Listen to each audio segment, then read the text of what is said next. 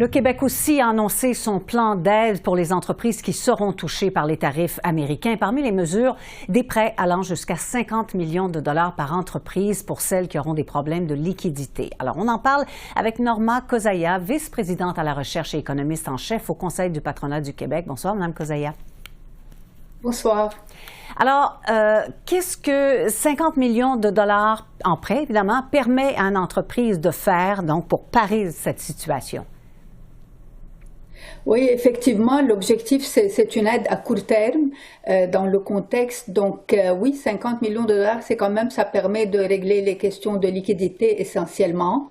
Il faut dire qu'il y a quand même d'autres programmes aussi qui sont offerts. On sait que là, en ce moment, comme avec des tarifs de 25%, certaines entreprises risquent d'avoir des problèmes de liquidité, risquent d'avoir un manque de commandes ou bien un ralentissement. Donc, ça peut permettre d'aider. Et il y a en parallèle d'autres programmes qui peuvent aider à augmenter la productivité, améliorer la compétitivité donc des entreprises et sa résilience. Bon, alors, pour nous, c'est clair que ça va prendre d'autres mesures éventuellement, mais du moins pour le court terme, ça fait partie des efforts qui peuvent aider. Donc, pour le moment, alors, en remettant un peu à flot cette liquidité dans les entreprises, est-ce qu'on peut éviter des mises à pied massives? C'est un peu l'objectif, effectivement. Donc, c'est ça l'idéal. Et surtout qu'on est dans un contexte où les entreprises veulent garder leurs travailleurs, pas procéder à des mises à pied. Donc, effectivement, il est espéré que ça va permettre de répondre à cet objectif-là. Bon. Alors, en point de presse hier, le premier ministre du Québec, le premier ministre Legault, disait qu'il pouvait y avoir jusqu'à 160 000 pertes d'emplois si la crise dure, hein, sur le long terme, si ça dure 12 mois ou plus. Est-ce que c'est aussi ce que vous entendez sur le terrain? Oui, c'est clair que plus ça va durer, plus l'impact risque d'être important dans le moyen terme, parce qu'à plus long terme, on peut espérer qu'il y ait par exemple des diversifications du marché ou bien d'autres décisions qui peuvent être prises. Mais effectivement, étant donné l'importance quand même du marché américain dans nos exportations internationales, on rappelle que c'est les 3/4 à peu près de nos exportations internationales qui vont aux États-Unis. Pour beaucoup d'entreprises, les exportations vers les États-Unis peuvent représenter 70% ou même jusqu'à 90% de leur chiffre d'affaires, de leur production. Donc, effectivement, les risques sont là. Et si ça dure un an, et d'ailleurs beaucoup d'économistes des grandes banques et de la Caisse des Jardins qui ont fait également des estimés qui démontrent que si ça dure un an, l'impact, on va se retrouver avec une récession, une hausse du taux de chômage qui semble inévitable. Bon. Évidemment, on verra. Peut-être que ça ne durera pas un an non plus, on espère. Mais quand même, les entreprises doivent s'y préparer. Combien de temps elles pourraient tenir le coup? Je parle par exemple des grandes entreprises. C'est clair que la situation des entreprises n'est pas non plus la même, même auprès des grandes entreprises. Ça dépend toujours du degré du produit, combien il peut être substitué, que ce soit aux États-Unis ou au Canada. On sait par exemple dans le secteur de l'aluminium, il y en a qui disent oui, mais même nous on a vécu déjà cette situation-là lors du premier mandat du président actuel, et quand même ils sont sortis parce que peut-être que c'est plus difficile de remplacer ces produits-là dans les manufacturiers, chez les manufacturiers américains.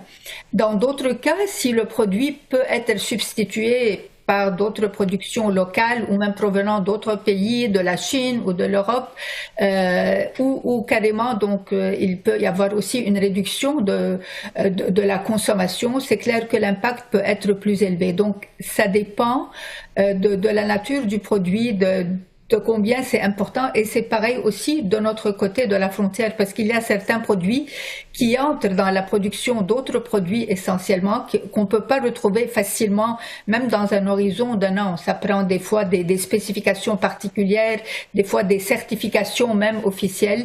Donc tout ça, ça dépend. On l'a vu d'ailleurs il y a une heure ou deux, il semble y avoir une exemption pour le secteur automobile de l'Ontario pour un mois. Oui. C'est confirmé, donc effectivement. Donc ça dépend encore une fois de la clientèle du côté américain. Est-ce qu'ils peuvent remplacer ce produit-là facilement ou non? C'est ce qui va déterminer l'impact sur les entreprises, entre autres. Oui, et est-ce que les pays européens, les entreprises européennes vont être frappées aussi à leur tour par des tarifs douaniers? Les Européens le craignent, ça? Absolument, absolument. Le président Trump a parlé de tarifs éventuellement sur l'Europe. En ce moment, il n'y en a pas, mais rien n'empêche que ça risque d'arriver. Donc oui, en ce moment, mettons, s'il y a juste, malgré la distance, mais si seulement les produits canadiens sont frappés, les produits européens peuvent se retrouver avec un certain avantage. Si les produits européens sont à leur tour également frappés, c'est sûr que cet avantage-là va disparaître. Donc, il y a beaucoup d'incertitudes et puis beaucoup d'éléments qui entrent en jeu sur lesquels on n'a pas le contrôle en ce moment, qu'on ne sait pas en ce moment. Mais d'où l'importance, encore une fois, peut-être de ramener l'importance de travailler sur les choses qu'on peut contrôler, comment renforcer notre résilience, notre compétitivité, diversifier nos marchés, réduire notre dépendance des États-Unis, même s'ils vont demeurer un partenaire commercial important. Mais il y a des efforts qui doivent absolument être faits indépendamment de ce qui arrive au niveau des tarifs. Bon, alors on voit ce que les provinces sont en train de se faire. Les provinces, visiblement, s'étaient préparées, ont annoncé leur plan. On attend les détails du plan du fédéral. Mais qu'est-ce que le gouvernement fédéral devrait faire dans l'immédiat? C'est clair que il y a certaines compétences qui relèvent du fédéral, comme l'assurance-emploi, par exemple, qui peuvent être faites même indépendamment du Parlement.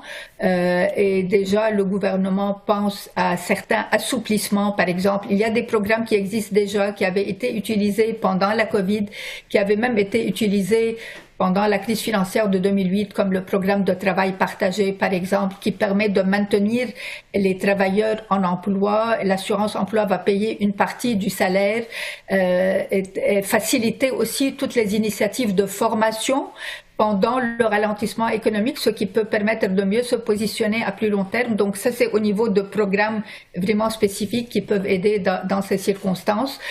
Au-delà de ça, c'est clair que éventuellement, il faut peut-être penser à d'autres mesures d'aide un peu. Aussi au niveau des liquidités, il y a EDC et la BDC qui existent déjà et qui ont des programmes déjà existants qui peuvent être mis à contribution, peut-être assouplis pour répondre aux différents besoins des entreprises.